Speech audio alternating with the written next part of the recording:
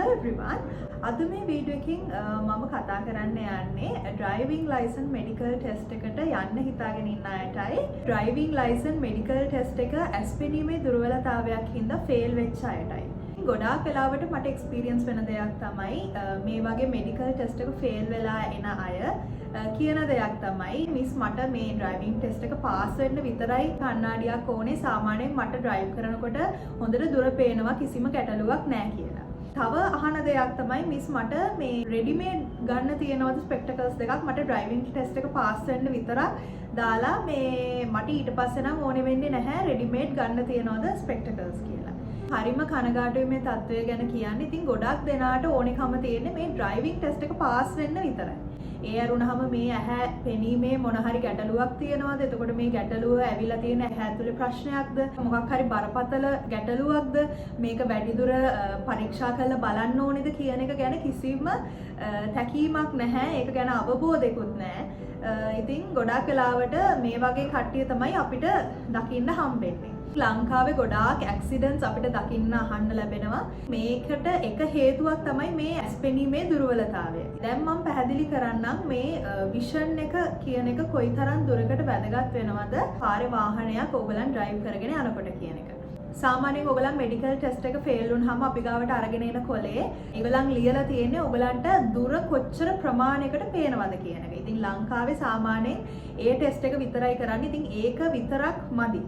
ඔයගලන්ට කොච්චර දුර පරාසයක් පේනවද ඒත් එක්කම දෙපැත්තේ පරාසය කොයිතරම් දුරකට පේනවද? මොකද සාමාන්‍යයෙන් ඔයගලන් වාහනයක යනකොට පැති දෙකෙන්ම වාහන ඕවර්ටේක් කරනවා. තව දෙයක් තමයි ඔයගලන් වාහනයක ඩ්‍රයිව් කරගෙන යනකොට ඔයගලන්ට ඉස්සරහා තියෙන වාහනෙත් එක්ක කොච්චර දුර පරතරයක් ඕගලන් මේන්ටේන් කරනවද කියන එකත් ගොඩාක් වැදගත් වෙන දෙයක්.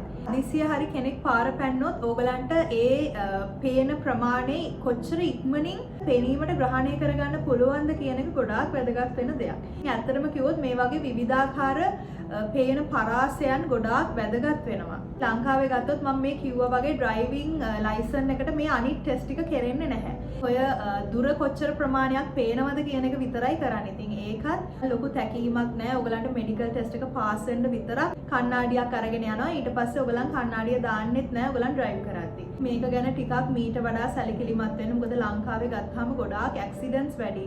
ඇක්සිඩන්ට්ස් වැඩි වෙන්න එක හේතුවක් තමයි ඇහි පෙනීම අඩු බව. මම මේ වෙලාවේ දැනුවත් කරනවා පාරේ යන අනිත් අයත් හරිම පරිස්සම් වෙන්න. මේ වගේ ඇහි පෙනීම දුර්වලතාවයක් තියෙන අයත් පාරේ වාහන ඩ්‍රයිව් කරනවා. ඉතින් පාරවල් පනිද්දී එතකොට ඔයගලන් ඕවර්ටේක් කරද්දී ගොඩාක් මීට වඩා දැනුවත් වෙන්න පරිස්සම් වෙන්න. ඒත් එක්කම රෑට ඩ්‍රයිව් කරනකොට ගොඩාක් පරිස්සම් වෙන්න ඕනේ. මොකද සාමාන්‍යයෙන් ලංකාවේ 80%ක්ම පාරවල් වල ගොඩාක් ලයිට්ස් අඩුයි. ඒ වගේ වෙලාවල් වලදී ඔයගලන්ට ඇහි පෙනීමත් අඩුයි නම් ඇක්සිඩන්ට්ස් වගේ දේවල් වලට මුහුණ දෙන්න ඉඩකඩ ගොඩාක් වැඩි. පාරේ වාහනයක් ඩ්‍රයිව් කරන් යනකොට දැන් වැස්ස වෙලාවක ඒත් එක්ක මීදුමක් වගේ බැඳිලා තියෙන වෙලාවක අවු රශ්මිය වැඩි වෙලාවල් වලදී එතකොට ඒ ග්ලෙයා එක ඒ වගේ දේවල් ඇස් වලට දරා ගන්න අමාරුයි.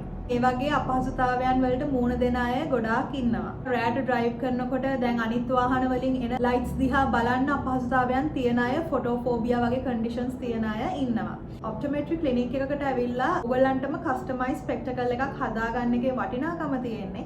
මේ වගේ ලයිට්ස් වලට අපහසුතාවයන් තියෙන අයට ඇන්ටි රිෆ්ලෙක්ටිව් වගේ කෝටින්ග්ස් දාලා හදාගන්න පුළුවන් ලෙන්සස්. ඒත් එක්කම අවුවට අපහසුතාවයන් තියෙන අයට අර අවුවට කළු වෙන ලෙන්සස් වගේ දාලා හදාගන්න පුළුවන්. UV protected lenses දාලා spectacles හදාගන්න පුළුවන්. එතකොට මේ වගේ drive කරනකොට එන අපහසුතාවයන් ගොඩාක් මග ඇරව ගන්න පුළුවන්. ඉතින් අපිට ගොඩාක් experience වෙන තවත් දෙයක් තමයි අපි මෙතන ඇස් ටෙස්ට් කරනකොට අපිටම තේරෙනවා කොයිතරම් අඩුවෙන්ද එයාගේ පෙනීම තියෙන්නේ කියලා. අපි කොච්චර මේක පැහැදිලි කරන්න ගියත් ඒ කෙනාටත් තේරෙනවා එයාට කොච්චර අඩුවෙන්ද පෙනීම තියෙන්නේ කියලා. ඒගොල්ලන් හිතනවා තියෙන පෙනීම හොඳයි. මම මෙම අවුරුදු ගාණක් තිස්සේ ඩ්‍රයිව් කරන කෙනෙක්. මට මේ ගැටලුවක් නෑ. මේ පෙනීම හොඳට තියෙනවා කියලා. කණ්ණාඩිය දිගටම දාන්න කැමති නෑ. මේ මෙඩිකල් එක පාස් වෙන්න විතරයි කණ්ණාඩියක් අවශ්‍ය කියන මතේම තමයි ඉන්නේ. ඉතින් මම මේ වෙලාවේ කියනවා මේක ගැන ටිකක් වැඩිපුර සැලකිලිමත් වෙන්න. මොකද මේක ඕගලන්ගේ ජීවිතයටත් ඕගලන් ලොකු හානියක් කරගන්නේ. ඒත් එක්කම පාර යන අනිත් අයටත් ලොකු හානියක් තමයි කරන්නේ. ඉතින් මේක ගැන මීට වඩා ටිකක් වැඩිපුර සැලකිලිමත් වෙන්න. මම හිතනවා මේ වීඩියෝ එකෙන් ඔයගලන් යම්කිසි දැනුමක් ලබා ගන්න ඇති කියලා. මම මේ වීඩියෝ එකෙම part 2 එකක් විදිහට ඔයගලන් මෙඩිකල් ටෙස්ට් එකකට යනකොට මොනවාද කලින්ම දැනුවත් වෙන්න ඕනේ දේවල් ලෑස්ති වෙලා යන්න ඕනේ මොනවාද කියන එක ගැන පැහැදිලි කිරීමක් ඊළඟ වීඩියෝ එකෙන් මම අරගෙන එන්නම්.